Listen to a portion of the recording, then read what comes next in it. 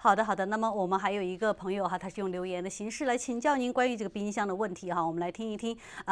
他有什么问题请教您好吗，Julie？好的。我在7月底买了一个电冰箱，是蛮好的牌子，那买来以后就大概过了3个半月的，就坏了，不是坏了，就是它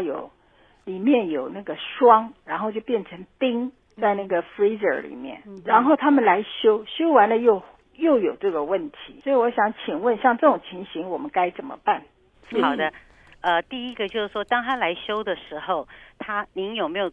告诉你说是使用问题，还是说是机器问题？他有没有帮您换零件？好，那是什么问题？这个就是第一个要知道，因为有的时候呢，冰箱有霜也是使用问题。好，那么如果我就先说，如果您是机器问题，哈，它修好了以后，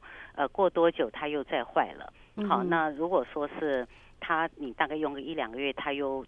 就坏的话，照理讲应该是使用问题。好，那我等等讲一下使用问题有几个比较重要的问题。那么我们先回头说哈，因为您说您才3个多月，所以我就很急的想要告诉您说，如果他修了换了零件是坏的话，您赶快要再 call service。如果你不是使用问题，是机器问题，因为呢本身来讲，机器1年之内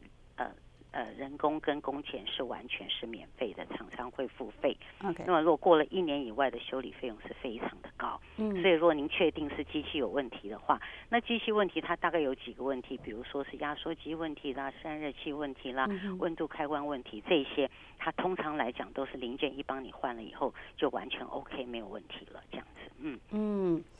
好的，好，那么就是因为还是比较新嘛哈，才买了3个多月。对，所以我很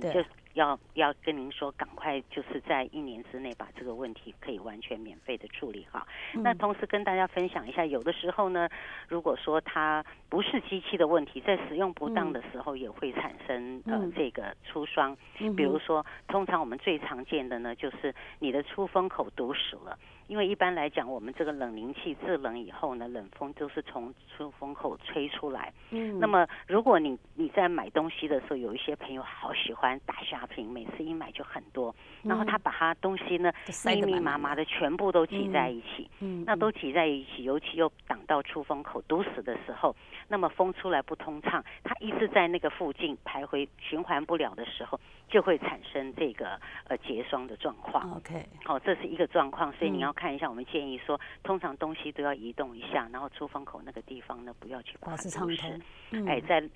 在上面的冻库呢，它是有出风口，在下面每个冰箱不一样，您看一下出风口的位置是不是有堵死了，它因为不通畅，它会产生结霜。那这个就是在使用上您 adjust 一下就可以，是不需要叫服务的。那么另外一个呢，你可以再看一下，就是说您的温度开关哈，因为冰箱的冷度呢是由温度开关来控制的，有的冰箱是1个，有的冰箱是上下2个。那您去看一下，通常来讲，比如说如果说是在冻库的话呢，你放在1跟2的位置，它大概呢就是0度左右。可是如果你的那个不小心移动到了，或还是去动它，或者是是怎么样去移动到，比如说当你那个号码在冻库到6到7的话，那根本就是0度以下太低，那自然它也会有这个结霜结冻的状况。这2个就是使用的状况，东西不要去堵到，然后你要 make sure 你的温度开关是正确的，摆在最多就是应该是在中间的位置，那应该上下的温度它都会相当的不错。好的，非常感谢我们皇都电器总裁家电达人哈朱立徐哈因为对我觉得这个 title 真的是太适合你了。好的，谢谢 Julie。好的，谢谢大家，好，拜拜。拜拜。